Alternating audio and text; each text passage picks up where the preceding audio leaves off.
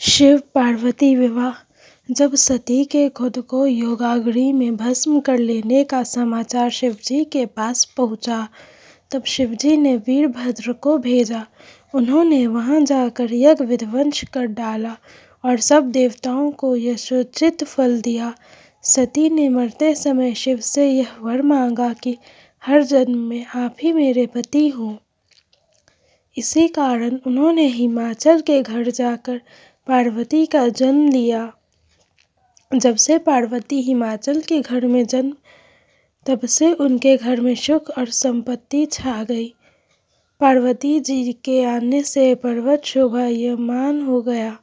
जब नारद जी ने ये सब समाचार सुने तो वे हिमाचल पहुँचे। वहाँ पहुँचकर वे हिमाचल से मिले और हंसकर बोले, तुम्हारी कन्या गुणों की खान है। यह स्वभाव से ही सुंदर, सुशील और शांत है। यह कन्या सुलक्षणों में संपन्न है। यह अपने पति को प्यारी होगी। अब इसमें जो दो चार अवगुण हैं वे भी सुन लो। गुणहीन, मानहीन, माता पिता विहीन, उदासीन, लापरवाह। इसका पति नंगा, योगी, जटाधारी और सांपों को गले में धारण करने वाला होगा। यह बात सुनकर पार्वती के माता पिता चिंतित हो गए। उन्होंने देवर्षि से इसका उपाय पूछा। तब नारद जी बोले, जो दोष मैंने बताए और अनुमान से वे सभी शिव में हैं, अगर शिवजी के साथ विवाह हो जाए तो ये दोष गुण के समान ही हो जाएंगे। यदि तुम्हारी कन्या तप करे तो शिवजी ही इसकी किस्मत बदल सकते हैं। तब यह सुनकर पार्वती जी की मां विचलित हो गई। उन्होंने पार्वती के पिता से कहा, आप अनुकूल घर में ही अपनी पुत्री का विवाह कीजिएगा, क्योंकि पार्वती मुझे प्राणों से अधिक प्रिय है।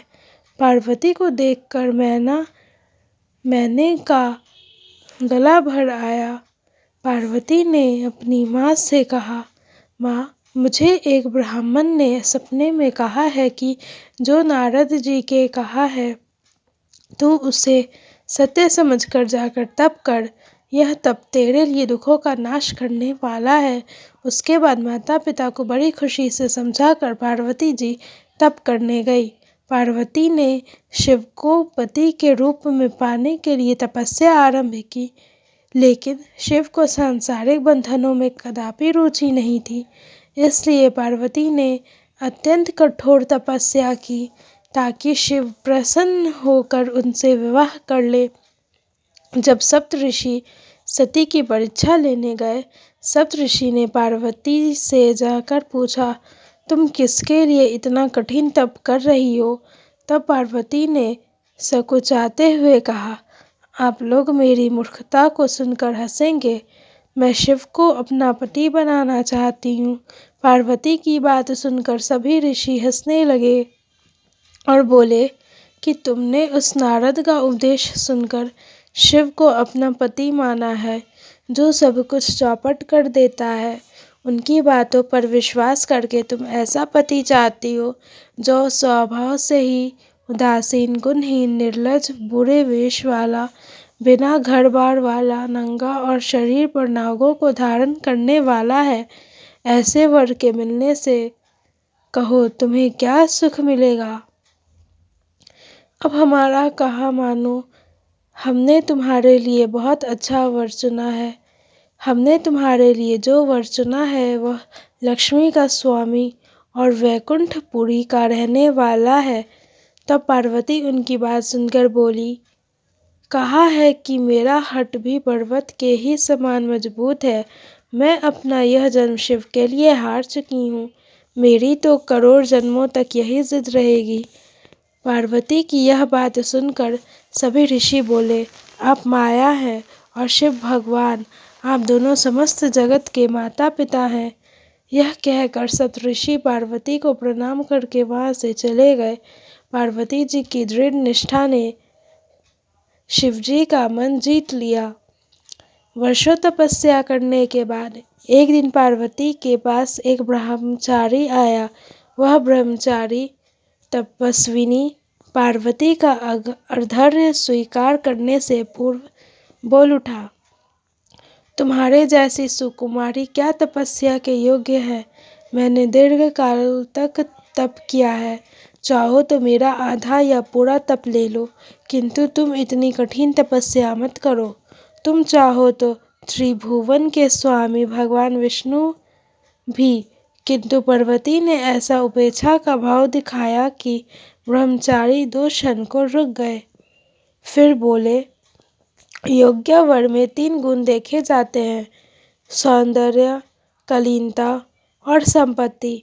इन तीनों में से शिव के पास एक भी नहीं है। नीलकंठ, त्रिलोचन, जटाधारी, विभूति पोते सांप लपेटे शिव में तुम्हें कहीं सौंदर्य दिखता है। उनकी संपत्ति का तो कहना ही क्या, नग्न रहते हैं, बहुत हुआ तो चम्र लपेट लिया। कोई नहीं जानता कि उनकी उत्पत्ति कैसे हुई। ब्रह्मचारी पता नहीं क्या क्या कहता रहा, किंतु अपने आराध्या की निंदा पार्वती को अच्छी नहीं लगी। अतः वे अन्यत्र जाने को उठ खड़ी हुई। तब शिव उनकी निष्ठा देख ब्रह्मचारी रूप त्याग प्रकट हुए और उनसे विवाह किया। जहाँ दृढ़ लगन, कष्ट सहने का साहस और अटूट आत्मविश्वास हो, वहाँ लक्ष्य की प्राप्ति अवश्य होती है।